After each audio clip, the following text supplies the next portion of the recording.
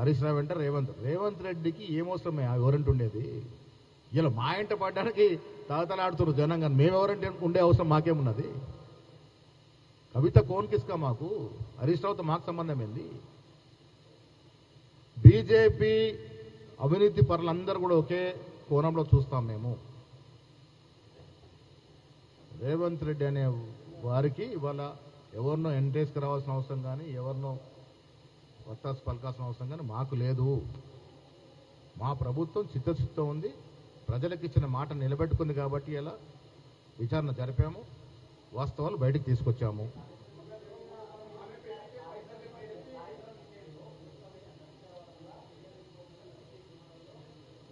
అది మేము విచారణ చేపట్టి నుంచి మా మీద ఏమంటా ఉన్నారు?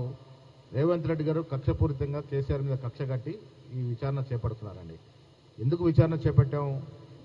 ఆనాడు ప్రజలకు ఇచ్చినటువంటి వాగ్దానం అని, అవినీతి జరిగింది కాబట్టి వాస్తవాలు బయట తీసుకొస్తామని. ఇలా చర్యలు తీసుకోవచ్చు. ఘోష్ కమిషన్ ఇచ్చిన మరుసటి రోజే అరెస్ట్ చేయవచ్చు. బట్ మీ ద్వారా వాళ్ళు ఏమంటారు? రేపు కక్షపూరితంగా అరెస్ట్ చేశారు, వీళ్ళకి మా మీద కక్ష ఉంది కాబట్టి అరెస్ట్ చేస్తారు. ఇంకా కొంత స్పష్టత ఇచ్చి ఇంకొంత నిష్పక్షపాతంగా ఉన్నాం మేమని చెప్పడానికే సిబిఐకి ఇచ్చాం.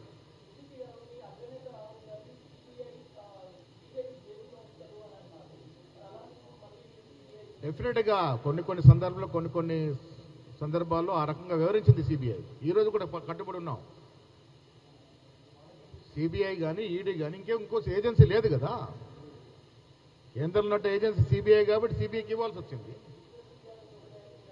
డెఫినెట్గా అందుకే ఇప్పుడు ఆ అనుమానం నివృత్తి చేసుకోవాలంటే తగిన వెంటనే విచారణ జరిపి దోషులు శిక్షించే అవకాశం బీజేపీ నాయకులకు ఉంది. వాళ్ళ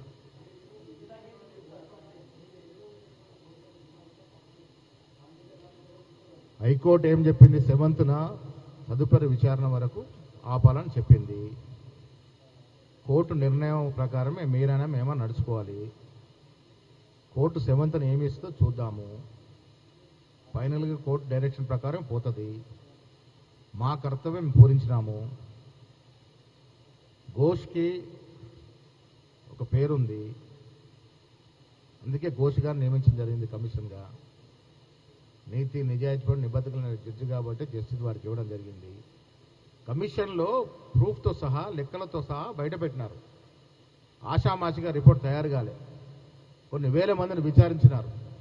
వాస్తవాలను వెలుగులో తీసుకొచ్చే రిపోర్ట్ చేయడం జరిగింది. రిపోర్ట్ తప్పడానికి అవకాశమే లేదు. చర్యలు సిబిఐ చేపట్టాలి. కోర్టు తదుపరి విచారణ తర్వాత సిబిఐ ఏ రకంగా చేపడుతుందో చూద్దాం.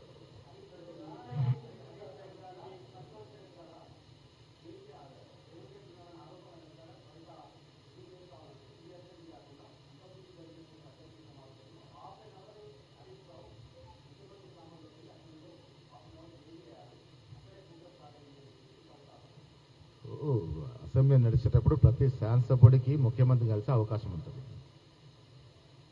నియోజకవర్గాలకు పని కావచ్చు, ఇతర పని కావచ్చు. హరీష్ రావు మాట్లాడిన తర్వాత హరీష్ రావుకి ఎన్క్వెస్ట్ వస్తున్నాం ఎందుకు అనుకుంటా ఉన్నారు? ఒక హరీష్ రావు ఎన్క్వెస్ట్ వచ్చే అవకాశం ఉంటే ఘోష్ కమిషన్ అంత ముందుకు ఎందుకు పోతుంది? రేవంత్ రెడ్డికి కానీ, కాంగ్రెస్ పార్టీకి కానీ, కాంగ్రెస్ నాయకులకు కానీ ఇవాళ ఏ అవినీతి పరుణ్ణి వెనక వేసుకొని రావాల్సిన అవసరం లేదు. ఇది మేము ప్రజలకు ఇచ్చిన కమిట్మెంట్.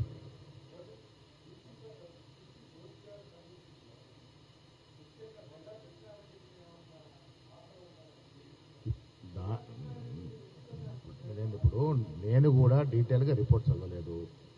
మీరు నిజంగా కూడా కాంట్రాక్ట్ల ప్రమేయంతో ప్రభుత్వం నడవదు. కాంట్రాక్టర్ ఏముంటుంది? ప్రభుత్వం ఇచ్చిన కండిషన్ ప్రకారం పనిచేస్తాడు. అయినప్పటికీ అలాంటి లొసుకులు ఉంటే డెఫినెట్గా విచారణ జరపాల్సిందని ముఖ్యమంత్రి గారిని కోరుతా ఉన్నాను.